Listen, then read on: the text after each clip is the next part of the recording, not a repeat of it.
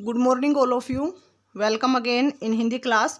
तो बच्चों, हिंदी में हमारा जो 5th चैप्टर है जागो प्यारे, जो एक कविता है वह हम कर रहे हैं और उसमें आज हम करेंगे भाषा अध्ययन। ठीक है, भाषा अध्ययन। तो इसमें क्या पार्ट दिया है बेटा?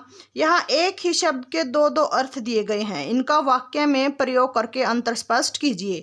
यानी कि यहाँ पर एक शब्द दिया है और उसके दो अलग अलग अर्थ दिए हैं, यानी कि अलग अलग अर्थ, उसके अलग अलग मीनिंग उसके निकल रहे हैं, उनका हमें वाक्य में प्रयोग करके बताना है। तो जैसे लाल शब्द दिया है तो लाल के कितने अर्थ हैं? यहाँ पर दो अर्थ निकल रहे हैं। एक लाल का मतलब होता है बेटा और एक लाल क्या होता है? रंग होता है। ठीक है, रंग का नाम होता है ना लाल।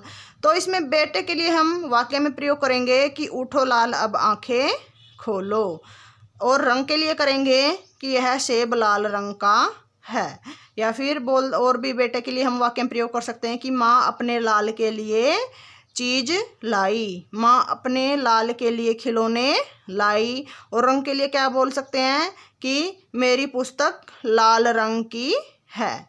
ठीक है, तो ये तो हो गया हमारा लाल शब्द के लिए वाक्य। आगे है मत। तो मत शब्द के बेटा दो अर्थ निकलते हैं, एक मत होता है नहीं और एक मत का अर्थ होता है वोट। तो जैसे मत का एक आप यह वाक्य बना सकते हैं, यह खिलौना उसे मत देना, यानी कि यह खिलौना उसे नहीं देना। बाहर मत जाना, तो मत का प्रयोग अर्थ क्या हो गया यहाँ पर कि बाहर नहीं जाना।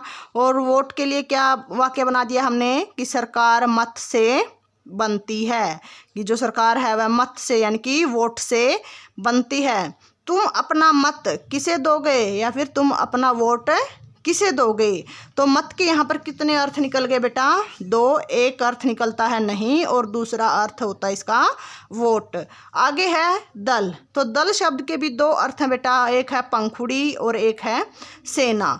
तो पहले हम पंखुड़ी का करते हैं कि बीती रात कमल दल फूले, बीती रात कमल दल फूले। या फिर हम और भी बना सकते हैं कि जैसे सुबह होते ही कमल दल फूल गए हैं। आगे है दल। दल का मतलब एक क्या होता है? सेना। यह भारतीय दल है, यानी कि यह भारतीय सेना है। या फिर हम कह सकते हैं कि भारतीय दल ने दुश्मनों के छक्के छुड़ा दिए। ठीक है, तो दल के भी कितने हो गए हमारे? दो अर्थ हो गए, एक हो गया पंखुड़ी, एक हो गया सेना। आगे है मुख्य जो भाग है इसका कि समान तुक वाले शब्दों का मिलान कीजिए। तुक मिलान का मतलब क्या होता है कि जो पीछे के जो इनके वर्ड होते हैं वह आपस में मिलने चाहिए, उनकी साउंड सेम आनी चाहिए। ठीक है, जो आवाज़ है जब हम इनका उच्चारण करते हैं तो जो ध्वनि आ रही है तो इनकी पीछे वाले जो वर्ण हैं इनकी ध्वनि एक जैसी आनी चाहिए। जैसे फूले, फूले का किसके साथ आ रहा है? झूले।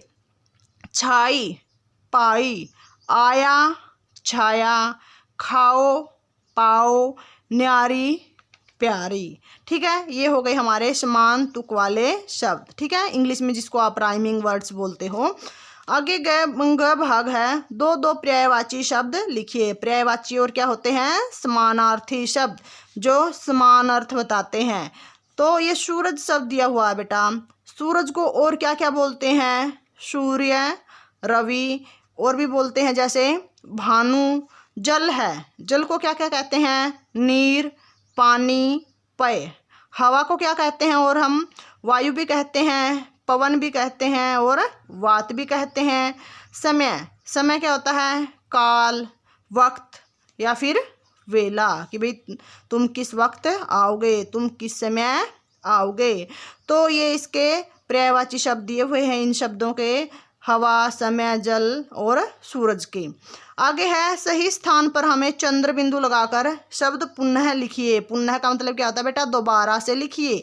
यहाँ पर जैसे कुछ शब्द दिए हुए हैं, इनके ऊपर जो ये चंद्र बिंदु है वह कहाँ पर आएगा, वह लगाकर हमें इन्हें सही करके लिखना है। जैसे लिखा है आँख, तो क्या होता है? यह आँख होता है। तो किसके साथ इसकी चंद्र बिंदु की साउंड आ रही है? आ के साथ, आँख। ये मुँह लिखा है तो इसको हम क्या बनाएंगे? मुंह। तो किसके साथ आती है चंद्र बिंदु की साउंड? मुंह के साथ। ठीक है, मुंह। माँ, माँ। गाँव क्या होता है? गाँव। ठीक है, गा के ऊपर चंद्र बिंदु आएगा। हु नहीं होता, ये क्या होता है? हूँ। चिड़िया, चिड़िया। पखुड़िया, पंखुड़िया, जहाँ जहाँ। तो आई होप स्टूडेंट आपको ये भाषा अध्ययन की जो बात थी हमारी है समझ में आई होगी। Thank you, have a nice day.